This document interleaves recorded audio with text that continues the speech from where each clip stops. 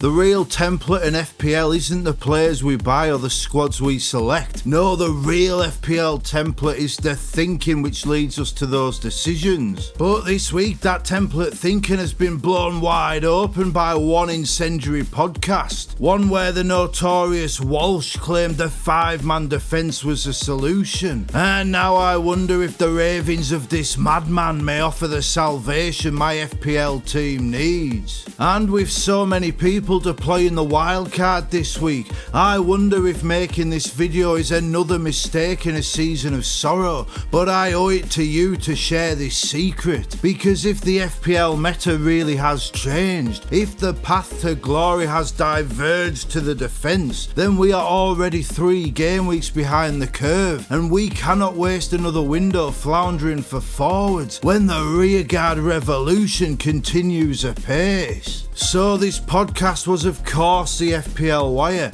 on which the legendary late riser, he invited Walsh from FML FPL to discuss the opportunities before us with the wildcard. And late riser, he is perhaps the greatest maverick to ever play the game. He's earned 3 top 200 finishes, utilising some of the wildest calls FPL has ever seen. And even he could not comprehend the words Walsh imparted unto us. You see, in this game, it's always been about the midfielders.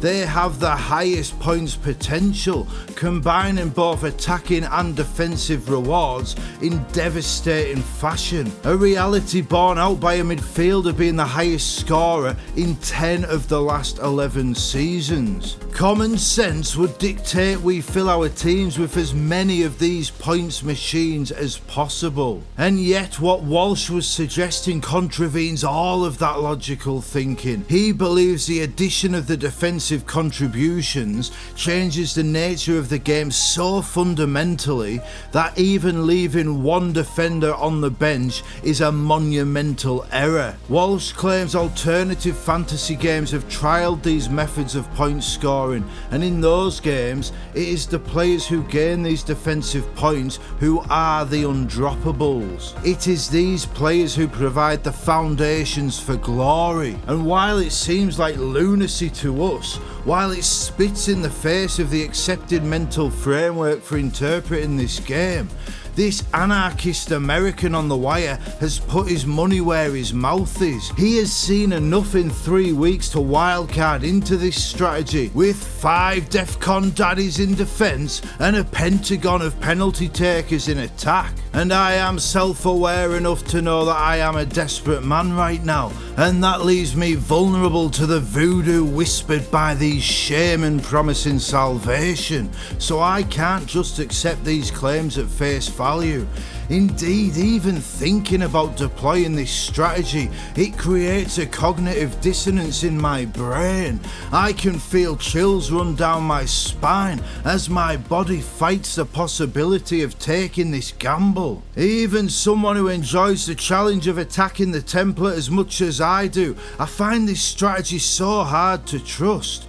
But I am in a dark place right now.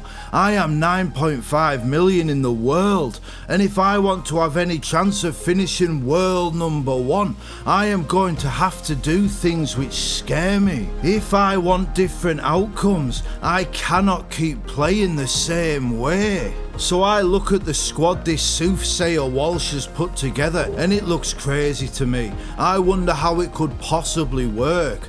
5 defenders, 5 attackers, King from Fulham the only playing sub, Paqueta from West Ham in that midfield, purely based on the prospect of penalties.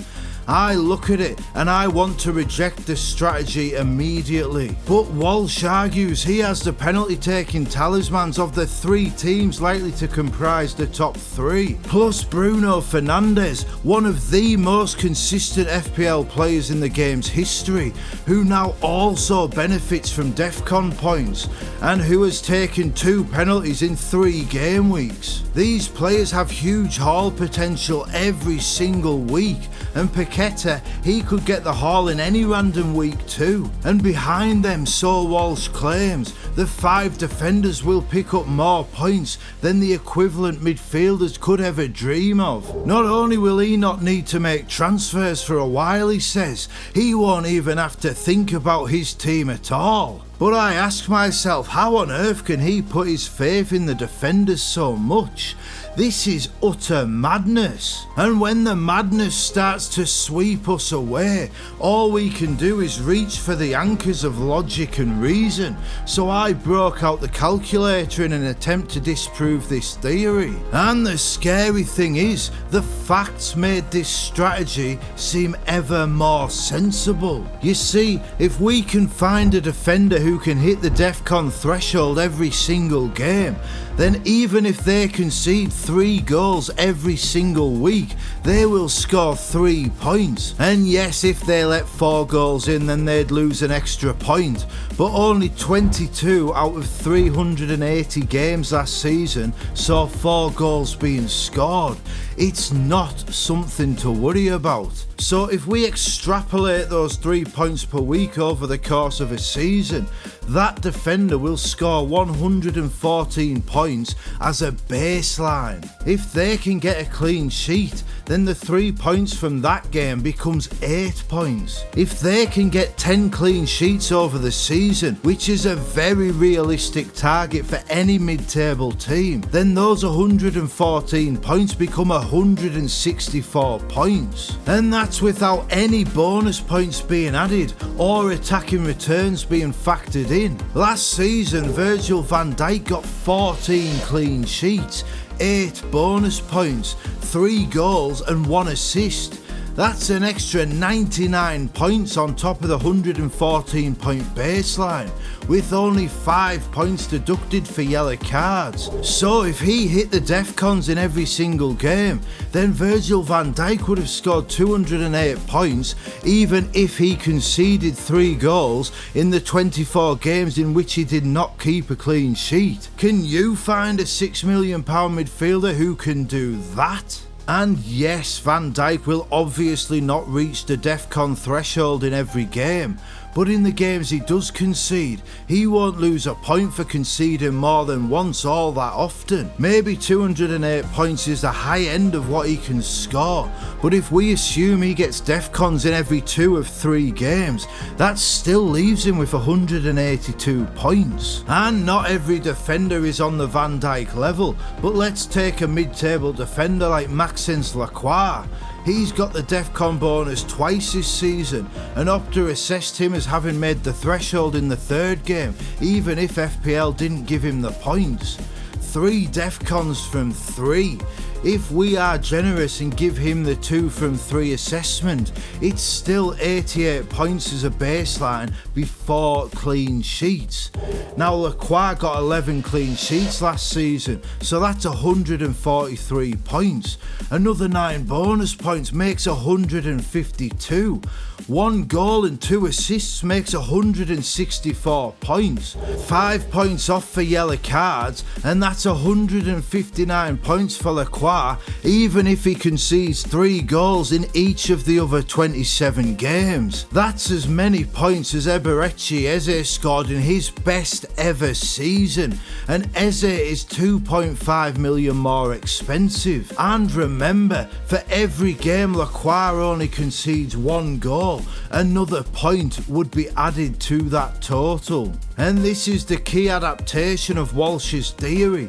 Even if the defender only gets the DEFCON points in 2 of 3 games, if they can keep 10 clean sheets and grab 3 or 4 attacking returns, their points will be on the level of all but the very best midfield players, but for a much lower outlay. And if we look at the defenders who have hit that DEFCON threshold in 2 of their 3 games so far, that is a strong pool of players to select from. And it's that reduced outlay on those players which enables us to select the penalty taking talismans in attack. And this is where the advantage really comes in. And look, I do not like the attack Walsh selected, but there is no doubt in its potential potency. And the big criticism of Walsh's squad is that the bench was non-existent.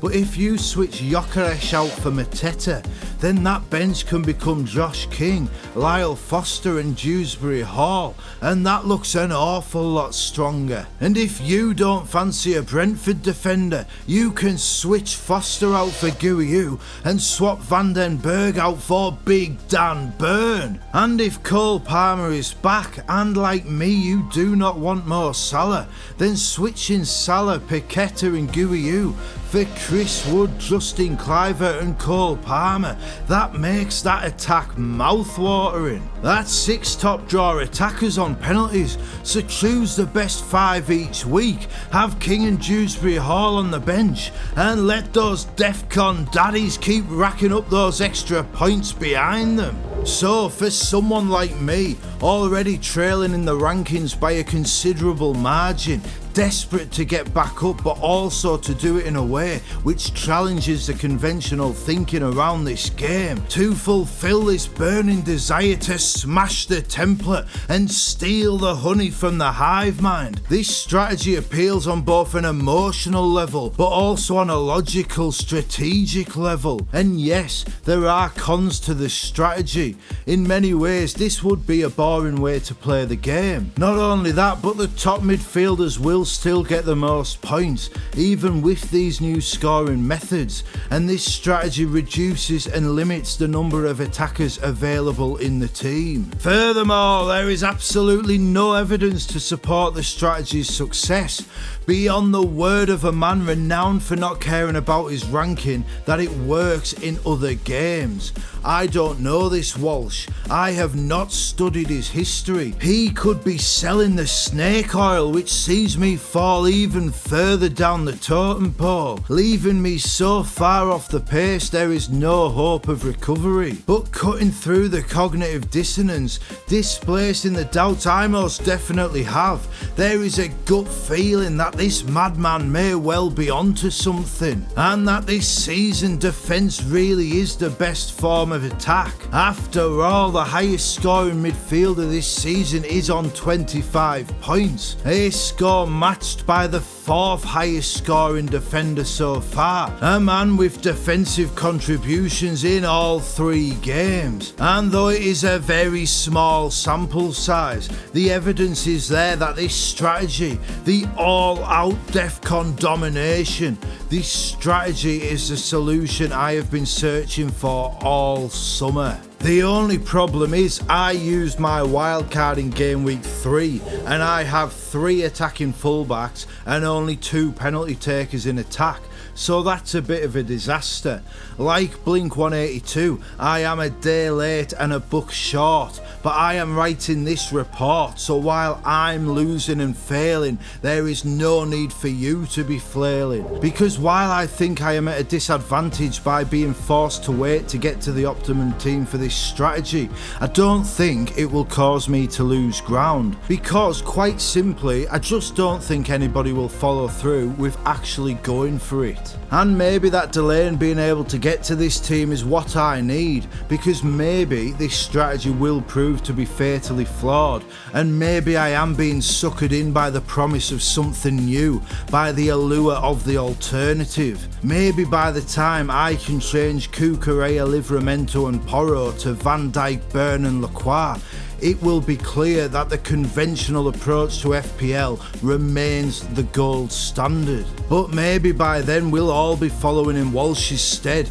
and the new meta for FPL success will be widely acknowledged. Ultimately, we all want to be seen as a maverick. We all want to be the one who cracks the code. We all love it when we see someone take a chance and try something different. When I captained Anthony Gordon against Liverpool, I know a lot of people wanted it to pay off for me. But I also know that when it didn't, a lot of those same people were relieved. Not because I'd lost points in spectacular fashion and we'd all had a good laugh at the Northern Nutter doing something daft, but because subconsciously we all crave the safety of the familiar. People love it when someone dares step outside the accepted mental framework for making choices in this game, but deep down they love it more when it doesn't quite work, because it reaffirms the template thinking for interpreting strategy in this game. But what we all have to realise is that defensive contributions have fundamentally changed the way we need to approach this game, and if we ignore their impact, then it is us who will suffer. And if you are on a wild card, then maybe you need to take a chance and go all in like Walsh has done. I wish I could, because I have a sneaking suspicion that if we continue to dismiss the guidance of this genius gutter-mouthed guru, it will be us who are left hanging on the wire, and we will be the ones ending the season crying FPL. But I am ranked 9.5 million in the world right now, so what do I know?